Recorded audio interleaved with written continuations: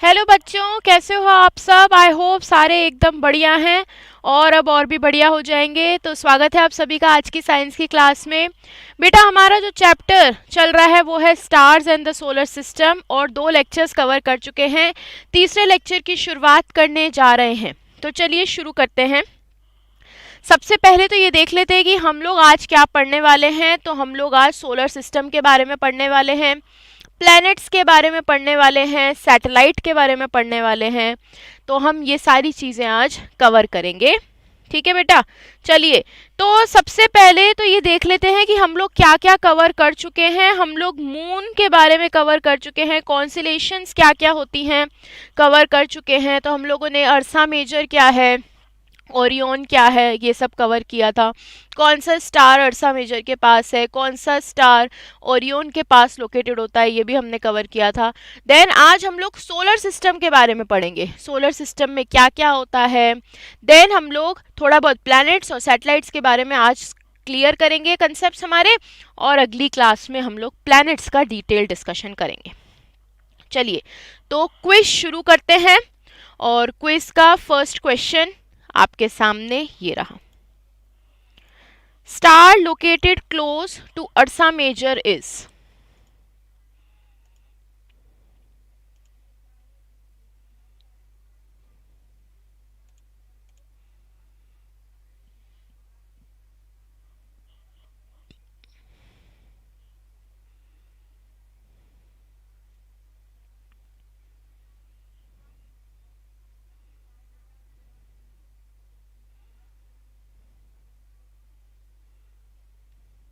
Next, star located close to Orion is.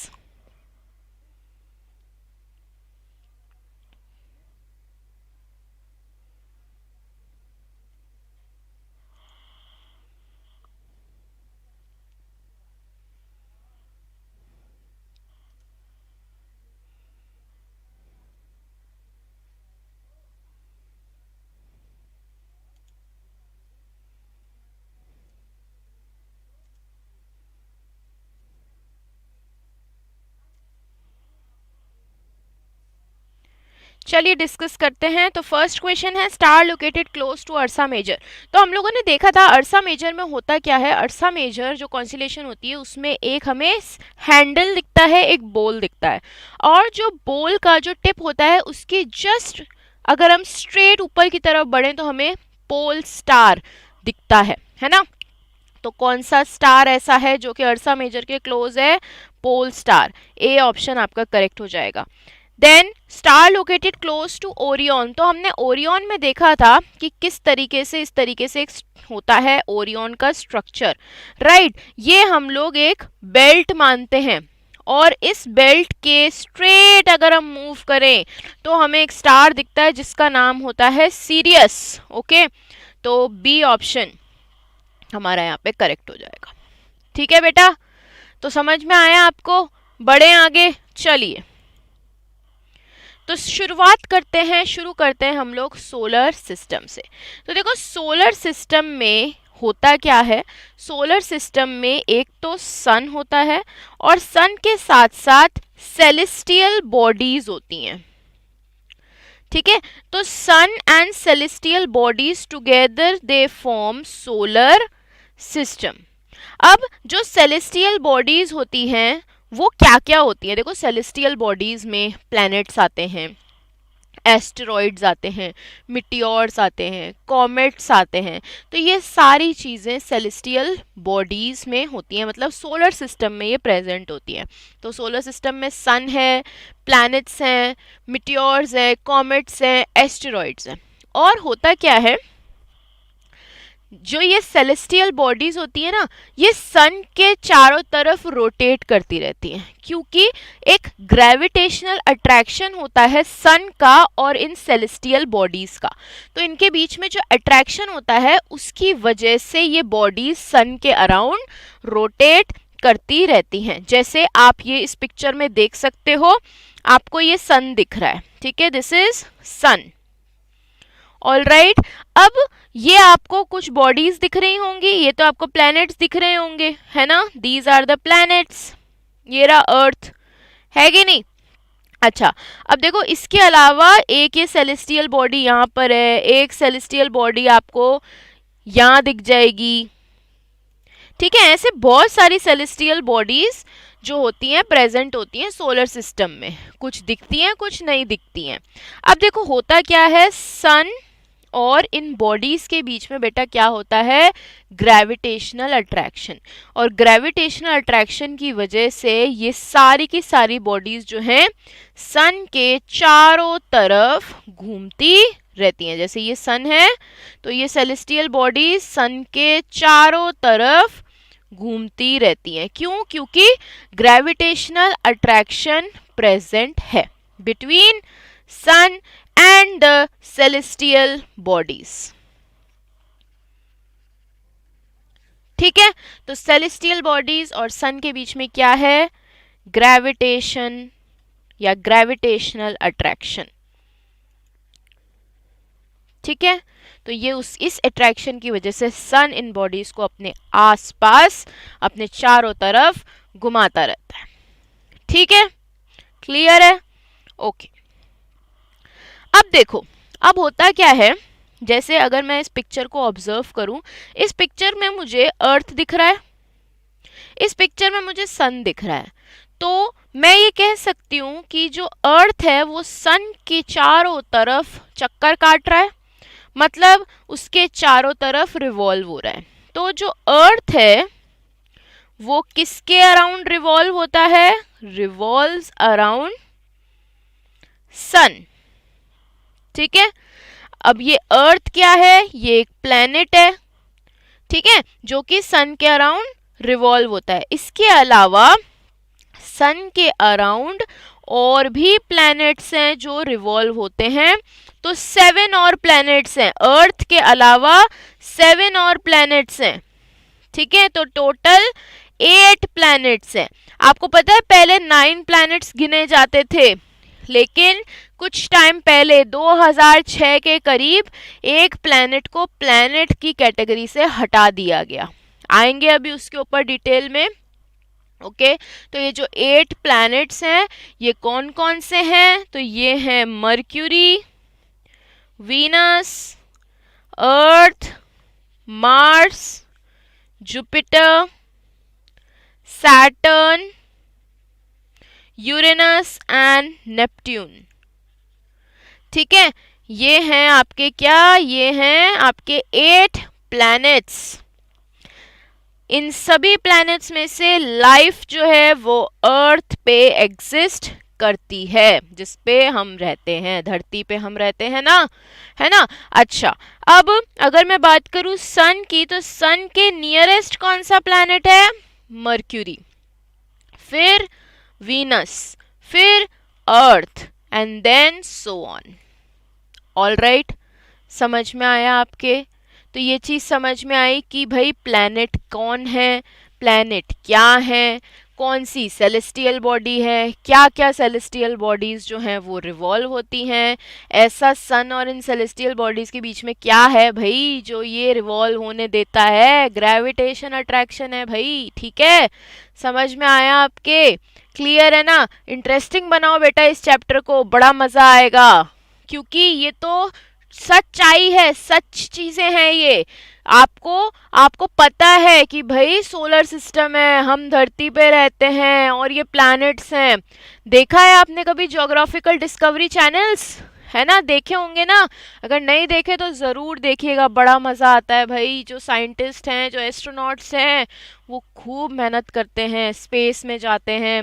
आप में से बहुत बच्चे ऐसे होंगे जिनको स्पेस में काफ़ी इंटरेस्ट होगा, तो उनके लिए तो ये चैप्टर एकदम भाई मज़ा ही आ जाएगा उनको तो ये चैप्टर पढ़ के, है ना। क्योंकि जिसको इंटरेस्ट है उसको बड़ा मज़ा आएगा, और जिसको इंटरेस्ट नहीं है उसका इंटरेस्ट जाग जाएगा धीरे धीरे, है ना। चलिए, तो सोलर सिस्टम में कौन से प्लैनेट्स होते हैं, क्या होते हैं, ये समझ में आया। तो अब यहाँ पे आपको एक पिक्चर दिख रही है, आपको सन दिख रहा है, ठीक है बेटा, और यहाँ पे आपको प्लैनेट्स दिख रहे हैं। तो हम देखो प्लैनेट्स देखते हैं यहाँ पे, ये रहा Mercury, Venus, Earth, Mars, Jupiter, Saturn, Uranus, Neptune, ठीक है। तो ये रहे आपके 8 प्लैनेट्स। क्या है ये बेटा, 8 प्लैनेट्स। सबसे नियरेस्ट आपको मर्क्यूरी दिख रहा है। लाइफ एग्जिस्ट अर्थ पे करती है। सबसे ज़्यादा रिसर्च इस टाइम पे इस प्लेनेट पे हो रही है मार्स पे, है ना। मार्स पे बड़ी रिसर्च चल रही है। कुछ पता चल जाए मार्स के बारे में, काफ़ी चीज़ें पता भी चली हैं, लेकिन लाइफ का इस पे है एग्जिस्टेंस या नहीं ये अभी तक पूरा पता नहीं चल पा रहा है। ठीक है, क्योंकि आपको पता है स्पेस में जाना इतना आसान नहीं होता, बहुत टफ जॉब होता है स्पेस में जाना। और जब भी कभी स्पेस क्राफ्ट इन प्लैनेट्स पे लैंड कर भी जाता है, सैटेलाइट्स इनके अराउंड भेज भी दी जाती हैं, तो भी बेटा इतना आसान नहीं होता चीज़ों को आइडेंटिफाई करना। ठीक है, तो धीरे धीरे रिसर्च हो रही है और आगे भी होती रहेगी। ओके, तो बहुत बार हमें आपने ऐसा सुना होगा कि भाई ये स्पेसशिप लॉन्च किया है, ये सैटेलाइट लॉन्च करी है, बड़ा सक्सेसफुल लॉन्च किया है। तो इंडिया की तरफ से बहुत सक्सेसफुल सैटेलाइट्स लॉन्च हुई हैं बेटा, और ये सैटेलाइट्स जो हैं ये इन प्लैनेट्स के अराउंड रिवॉल्व होती हैं। अब ये अराउंड कैसे रिवॉल्व होती है, ऐसी क्या चीज़ प्रेजेंट है। बहुत बच्चे सोच रहे होंगे इस फोटो को देख के, मैम ये प्लैनेट्स तो है लेकिन ये गोल गोल चक्री क्या है, क्या है ये गोल चक्री। तो बस ये ऑर्बिट्स होती हैं। अब मैं आऊंगी धीरे धीरे इस पे कि ये ऑर्बिट्स क्या हैं भाई। ठीक है, चलिए तो इस पिक्चर को एक बार फिर से देख लीजिए। इस पिक्चर में देखो आपको क्या बताया हुआ है। इस पिक्चर में आपको बताया हुआ है कि बीच में सन है और इसके अराउंड ऐसे सर्कुलर पाथ्स हैं। क्या है बेटा, सर्कुलर पाथ्स, और इन सर्कुलर पाथ को हम बोलते हैं ऑर्बिट्स। तो मैं ये कह सकती हूँ कि जो प्लैनेट्स हैं वो सन के अराउंड ऑर्बिट्स में घूमते हैं। किस में घूमते हैं बेटा, ऑर्बिट्स में। तो जैसे ये मर्क्यूरी है, ठीक है, ये मर्क्यूरी की ऑर्बिट है। यहाँ पे ये वीनस है, ये वीनस की ऑर्बिट है। ये अर्थ है, ये अर्थ की ऑर्बिट है। सिमिलरली ये मार्स की ऑर्बिट है, ये जुपिटर की ऑर्बिट है, ये सैटर्न की है, ये यूरेनस की है, ये नेपट्यून की है। तो आप समझ पा रहे हो कि भाई ये जो गोल चक्रियां थी यहाँ पे इस फोटो में, जो ये गोल गोल चक्रियां थी, ये क्या थी, ये ऑर्बिट्स हैं जिनके अराउंड, इन्हीं ऑर्बिट्स में प्लैनेट्स जो हैं वो रिवॉल्व होते जाते हैं सन के अराउंड। ठीक है, और हर प्लैनेट की अपनी ऑर्बिट होती है। ठीक है, हर प्लैनेट की अपनी ऑर्बिट होती है। क्लियर है, ऑल राइट। तो जैसे कि मैंने आपको बताया था कि 2006 तक टोटल 9 प्लैनेट्स गिने जाते थे। आपको पता है जब मैं 8th क्लास में थी, जब मैं पढ़ती थी स्कूल में, तो हमारे टाइम पे 9 प्लैनेट्स ही गिने जाते थे।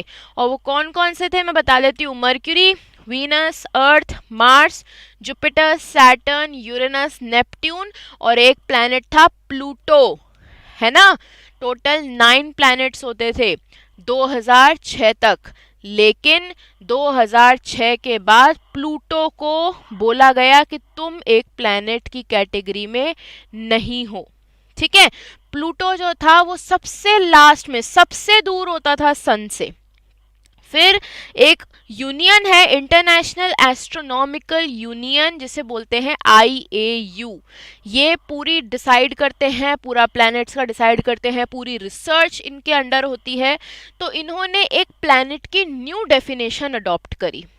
ओके, और इस डेफिनेशन के अकॉर्डिंग प्लूटो उस डेफिनेशन में फिट ही नहीं हो रहा था। तो उन्होंने कहा कि प्लूटो को हम सोलर सिस्टम के प्लैनेट में काउंट नहीं करेंगे। तो हम लोग टोटल 8 प्लैनेट्स को ही काउंट करेंगे, और वो 8 प्लैनेट्स शुरू होंगे मर्क्यूरी से और नेपट्यून पे एंड कर जाएंगे। प्लूटो को हम प्लैनेट नहीं काउंट करेंगे। ठीक है, तो कब हुआ ये, 2006 में हुआ। और किसके द्वारा हुआ ये चीज ध्यान रखिएगा।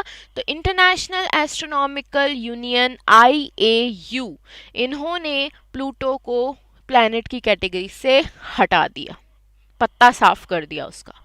ठीक है, चलिए ओके, अब हम बात कर रहे हैं सन की। तो सन जो है वो एक नियरेस्ट स्टार है हमारे से। अगर हम बात करें फ्रॉम अस, मतलब हम लोग की बात करें तो हमारे से नियरेस्ट स्टार क्या है, सन है। कंटिन्यूसली सन बेटा हीट और लाइट एमिट करता है। आपको पता है सन कितना गर्म रहता है, तो सन जो है वो कंटिन्यूसली क्या एमिट करता है, हीट एंड लाइट। और आपको पता है अर्थ की जितनी भी एनर्जी है, ऑलमोस्ट ऑल द एनर्जीज, उसका सोर्स सन ही है।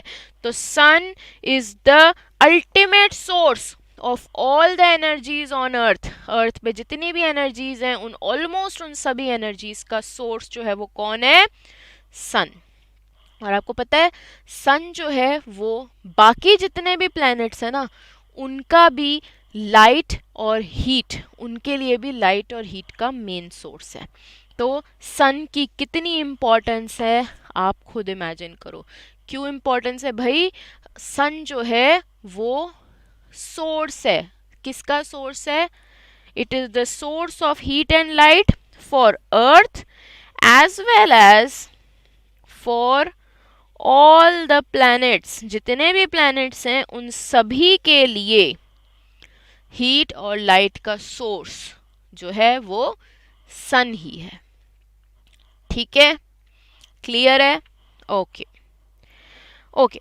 अब हम थोड़ा बहुत प्लैनेट के बारे में डिस्कशन करेंगे, थोड़ा बहुत सैटेलाइट्स के बारे में डिस्कशन करेंगे, और फिर हम लोग जो आपकी अगली क्लास होगी ना उसमें डिटेल डिस्कशन करेंगे प्लैनेट्स के बारे में। ओके तो जैसे कि मैंने आपको पिछली क्लास में भी बताया था कि प्लैनेट्स जो होते हैं इनके पास इनकी खुद की लाइट नहीं होती। प्लैनेट्स जो होते हैं ये नॉन लुमिनस की कैटेगरी में आते हैं। हम लोगों ने पढ़ रखा है लुमिनस ऑब्जेक्ट्स क्या होते हैं और नॉन लुमिनस ऑब्जेक्ट्स क्या होते हैं। तो लुमिनस ऑब्जेक्ट्स वो होते हैं जो खुद की लाइट एमिट करते हैं, जैसे कि सन। सन लाइट का सोर्स है, खुद की लाइट एमिट करता है। लेकिन जो प्लैनेट्स होते हैं वो खुद की लाइट एमिट नहीं करते, वो नॉन लुमिनस होते हैं, लेकिन वो हमें फिर भी दिखते हैं। क्यों दिखते हैं, क्योंकि सन की वजह से सन अपनी लाइट उनके ऊपर डालता है, वो लाइट रिफ्लेक्ट होती है जिसकी वजह से हमें बाकी प्लैनेट्स दिखते हैं, विजिबल होते हैं। ठीक है, तो non luminous objects luminous objects की वजह से ही हमें दिखते हैं। ठीक है, तो जो सनलाइट इन प्लैनेट्स पे फॉल करती है, ये प्लैनेट्स उस सनलाइट को क्या करते हैं, रिफ्लेक्ट करते हैं। ठीक है, अच्छा अब अगर हम लोग आसमान को देख रहे हैं और आसमान में प्लैनेट भी दिख ही जाते हैं और स्टार्स भी हैं, तो हमें कैसे पता चले कि कौन सा प्लैनेट है कौन सा स्टार है। तो यहाँ पे आपको एक पिक्चर दिख रही होगी। इस पिक्चर में आपको एक जगह स्टार लिखा हुआ है, एक जगह प्लैनेट लिखा हुआ है, दिख रहा होगा आपको। तो क्या दिख रहा है इस पिक्चर में, भाई देखो जो स्टार होते हैं ना वो चमकते हैं, स्टार ट्विंकल करते हैं, है ना। पोएम पढ़ी है आपने लोगों ने बचपन में, तो स्टार्स क्या करते हैं, ट्विंकल करते हैं। लेकिन क्या प्लैनेट्स ट्विंकल करते हैं, नहीं। तो स्टार और प्लैनेट अगर दोनों आसमान में प्रेजेंट है तो हमें पता चल जाता है, क्योंकि जो स्टार हैं वो ट्विंकल करते हैं, वो चमकते हैं, प्लैनेट्स चमकते नहीं हैं।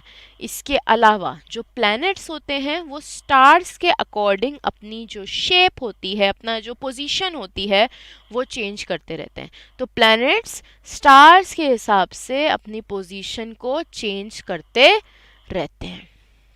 ठीक है, समझ में आया, ओके। अच्छा अब हम बात कर रहे हैं ऑर्बिट की। जैसा कि मैंने आपको बताया कि सन बीच में प्रेजेंट होता है, इसके अराउंड सर्कुलर पाथ्स होते हैं जिनमें ये प्लैनेट्स रोटेट करते हैं।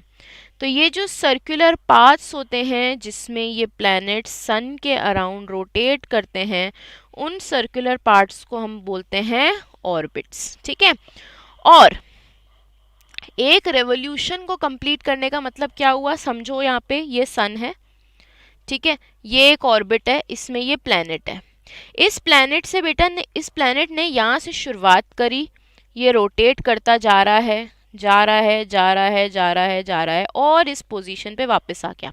ठीक है, ये आगे तो जाएगा, लेकिन एक साइकिल जो इसने कंप्लीट करी, या मैं कहूँ वन रेवोल्यूशन जो इसने कंप्लीट किया, वो कितने टाइम में किया उसे हम बोलते हैं पीरियड ऑफ रेवोल्यूशन। तो कितना टाइम किसी प्लैनेट ने लिया एक रेवोल्यूशन को कंप्लीट करने में, उसे बोलते हैं हम टाइम पीरियड या फिर पीरियड ऑफ रेवोल्यूशन। तो पीरियड ऑफ रेवोल्यूशन क्या है? Time taken by planet to complete one revolution. ठीक है। अच्छा, अब मुझे एक बात बताओ, एक छोटी सी चीज मुझे बताओ। ये सन है, ठीक है, एक प्लैनेट इस ऑर्बिट में है और एक प्लैनेट इस ऑर्बिट में है। मतलब ये एक प्लैनेट है, ये एक प्लैनेट है।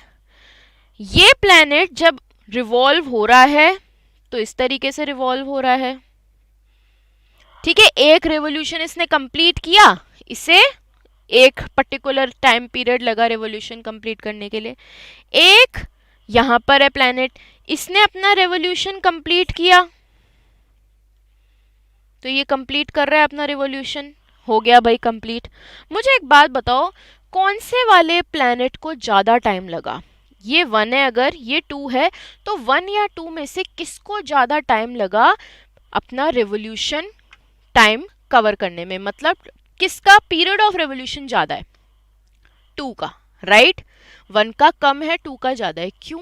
क्योंकि देखो डिस्टेंस जो है 2 का वो सन से ज्यादा है। जितना ज्यादा डिस्टेंस बढ़ता जाएगा उतना ही टाइम ज्यादा लगेगा रिवॉल्यूशन में। तो जितना फार प्लैनेट होगा उसको उतना ही ज्यादा टाइम लगेगा सन के अराउंड रिवॉल्व होने में, और जितना ही क्लोज प्लैनेट होगा उसे टाइम कम लगेगा सन के अराउंड रिवॉल्व होने में। तो as the distance increases, period of revolution also increases. ठीक है, जैसे जैसे डिस्टेंस बढ़ेगा वैसे वैसे रिवॉल्यूशन पीरियड भी बढ़ता जाएगा, और जैसे जैसे डिस्टेंस घटेगा वैसे वैसे रिवॉल्यूशन पीरियड भी घटता जाएगा। समझ में आया आपके? क्लियर है? ओके। तो जैसे कि आपको दिख रही होगी यहाँ पे पिक्चर, यहाँ पे सन है और ये ऑर्बिट्स हैं। तो देखो यहाँ पे टाइम पीरियड इस रेवोल्यूशन के लिए कम लगेगा, वेयर एज इस रेवोल्यूशन के लिए टाइम पीरियड ज़्यादा लगेगा। ठीक है, क्लियर है? ऑलराइट। अब देखो होता क्या है, जैसे सन के अराउंड प्लैनेट रिवॉल्व हो रहा है वैसे प्लैनेट अपनी एक्सिस पे भी रोटेट होता है। जैसे मैं आपको एक डिफरेंस बताती हूँ, ये एक प्लैनेट है, ठीक है, ये सन है, ये सन है, ये प्लैनेट है। तो ये प्लैनेट इसके अराउंड रिवॉल्व हो रहा है, लेकिन इसके साथ साथ जो प्लैनेट होता है ना, उनकी एक एक्सिस होती है। ये प्लैनेट है, ये प्लैनेट की एक एक्सिस है। ठीक है, मैं यहाँ पे बना देती हूँ फिर से एक बार इसको। ये प्लैनेट है, ये प्लैनेट की एक्सिस है। ठीक है, इस एक्सिस के अराउंड भी प्लैनेट रोटेट होता है। ठीक है, और इसको बोलते हैं हम रोटेशन। और सन के अराउंड ये रिवॉल्व होता है, इसे बोलते हैं हम रिवॉल्यूशन। अब कितना टाइम एक प्लैनेट को 1 रोटेशन कंप्लीट करने में मतलब लग रहा है? मतलब यहां से शुरू करो, यहां आ जाओ, पूरा एक रोटेशन हुआ, और इसको हम बोलते हैं पीरियड ऑफ रोटेशन। ठीक है, तो अपनी एक्सिस पे एक रोटेशन कंप्लीट करने के टाइम को हम क्या बोलते हैं? Period of rotation. और सन के अराउंड जो पूरा चक्कर हम देखते हैं उसे बोलते हैं पीरियड ऑफ रिवॉल्यूशन। ठीक है, ओके। अब मैं अगर बात करूं मून की, सैटेलाइट की, तो आपको पता है जो मून है ना वो अर्थ के अराउंड रिवॉल्व होता है। मून अर्थ के अराउंड रिवॉल्व होता है। ऐसे ही अलग अलग सैटेलाइट्स हैं। ओके, सैटेलाइट्स क्या होती है? वो सेलेस्टियल बॉडी जो एक दूसरी सेलेस्टियल बॉडी के अराउंड रिवॉल्व होती है, उन्हें हम बोलते हैं सैटेलाइट। तो सैटेलाइट क्या है? वो सेलेस्टियल बॉडी जो दूसरी सेलेस्टियल बॉडी के अराउंड रिवॉल्व होती है। जैसे आपको दिख रहा होगा ये अर्थ है, ठीक है, इस अर्थ के अराउंड ये सैटेलाइट जो है वो चक्कर काट रही है। ये भी एक सेलेस्टियल बॉडी है, ये भी एक सेलेस्टियल बॉडी है, तो इस सेलेस्टियल बॉडी को हम बोलते हैं सैटेलाइट। तो ये सैटेलाइट जो है ये अर्थ के अराउंड चक्कर काटती है। ठीक है, तो सैटेलाइट बेसिकली है क्या? अर्थ जो है वो अच्छा, जो सैटेलाइट क्या है, वो सेलेस्टियल बॉडी जो दूसरी सेलेस्टियल बॉडी के अराउंड रिवॉल्व होती है। अच्छा मुझे एक बात बताओ, सन के अराउंड अर्थ रिवॉल्व हो रहा है, तो सन की सैटेलाइट अर्थ कह सकते हैं हम, है ना। सिमिलरली मून अर्थ के अराउंड रिवॉल्व हो रहा है, तो मून को मैं अर्थ की सैटेलाइट बोल सकती हूँ, है कि नहीं, बोल सकती हूँ ना मैं। तो सैटेलाइट है क्या, बेसिकली वो सेलेस्टियल बॉडी जो दूसरी सेलेस्टियल बॉडी के अराउंड रिवॉल्व हो रही है। तो मून अर्थ की सैटेलाइट है, अर्थ सन की सैटेलाइट है, ठीक है। तो ये तो नेचुरल सैटेलाइट्स हैं। अच्छा, कुछ मैनमेड सैटेलाइट्स होती हैं जो कि आर्टिफिशियली डिजाइंड होती है, जैसे कि ये दिख रही होगी आपको, ये आर्टिफिशियल डिजाइंड होती हैं सैटेलाइट्स ताकि ये पिक्चर्स लेती रहे, ठीक है। सेलेस्टियल बॉडी जिसके अराउंड वो रिवॉल्व हो रही है उसकी पिक्चर्स लेती रहे, राइट। तो जब वो पिक्चर्स लेती है तो वो कंप्यूटराइज सारा कनेक्टेड होती है, जो एस्ट्रोनॉट्स होते हैं जो काम करते हैं उन्हें वो पिक्चर्स मिलती रहती हैं, ठीक है। ऑल राइट, तो एक मूवी आई थी स्टोरी ऑफ पोखरान, आपको अगर याद हो, तो उसमें सैटेलाइट्स का पूरा फंक्शन दिखाया है, कैसे उस सैटेलाइट ने पिक्चर्स लेके यूएस भेजी थी, है ना, आपने देखा होगा। ओके, तो जब टेस्ट हुआ था, न्यूक्लियर टेस्ट हुआ था, उस टाइम पे भी सैटेलाइट्स का बहुत इंपॉर्टेंट रोल था। ओके, तो तब से सोचो आप कितना सक्सेस हमें इंडिया को मिली है in terms of astronomical parameters, ठीक है। ऑल राइट, चलिए, तो 1 मिनट का हम रिवीजन देख लेते हैं, हमने आज क्या क्या पढ़ा भाई। तो हम लोगों ने सबसे पहले देखा कि सोलर सिस्टम में क्या होता है, सोलर सिस्टम में प्लैनेट्स हैं, कॉमेट्स हैं, मिटियोर्स हैं, एस्ट्रॉइड्स हैं, ये सारी चीज़ें सोलर सिस्टम में प्रेजेंट हैं। देन हमने देखा कि 8 प्लैनेट्स हैं जिनका order Mercury, Venus, Earth, Mars, Jupiter, Saturn, Uranus, Neptune, और 2006 तक प्लूटो भी काउंट किया जाता था, लेकिन प्लूटो को आईएयू ने प्लैनेट की डेफिनेशन से हटा दिया, ठीक है। तो 8 प्लैनेट्स हैं। देन हम लोगों ने सैटेलाइट्स टर्म यूज़ किया कि सैटेलाइट्स वो बॉडीज़ होती हैं, सेलेस्टियल बॉडीज़, जो दूसरी celestial body for example planets के अराउंड रिवॉल्व करती हैं, ठीक है। तो ये सारी चीज़ें हम लोगों ने आज की क्लास में कवर करी हैं। अब प्लैनेट्स का डिटेल डिस्कशन बचा है भाई, तो वो अगली क्लास में होगा, लेकिन अब क्विज हो जाए पहले। चलिए, तो क्विज शुरू करते हैं, और क्वेश्चन ये रहा आपके सामने। Nearest star from us is,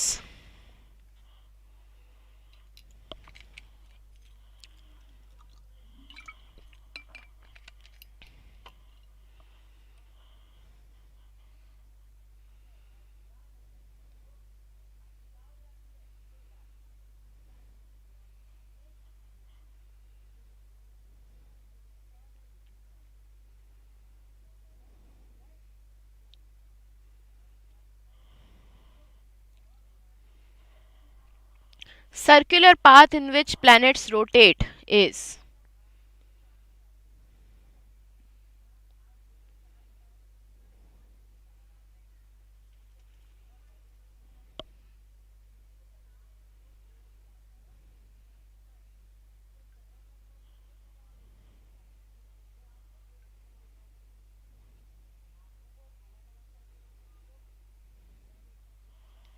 चलिए डिस्कस करते हैं। तो पहला क्वेश्चन है नियरेस्ट स्टार फ्रॉम अस, तो बेटा सन हमारे से नियरेस्ट स्टार है, ए ऑप्शन करेक्ट हो जाएगा।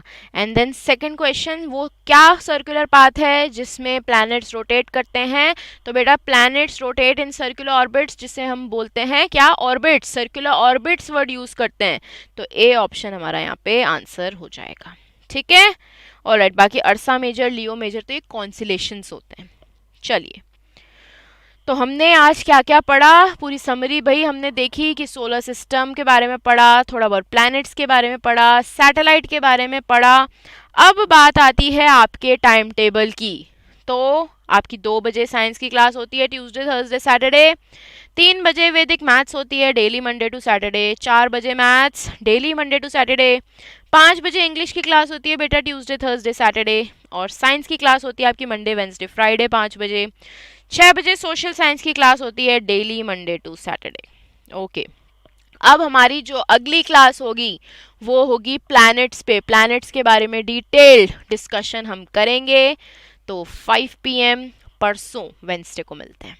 चलिए, सो पढ़ते रहिए, एंजॉय करिए। Thank you and good bye.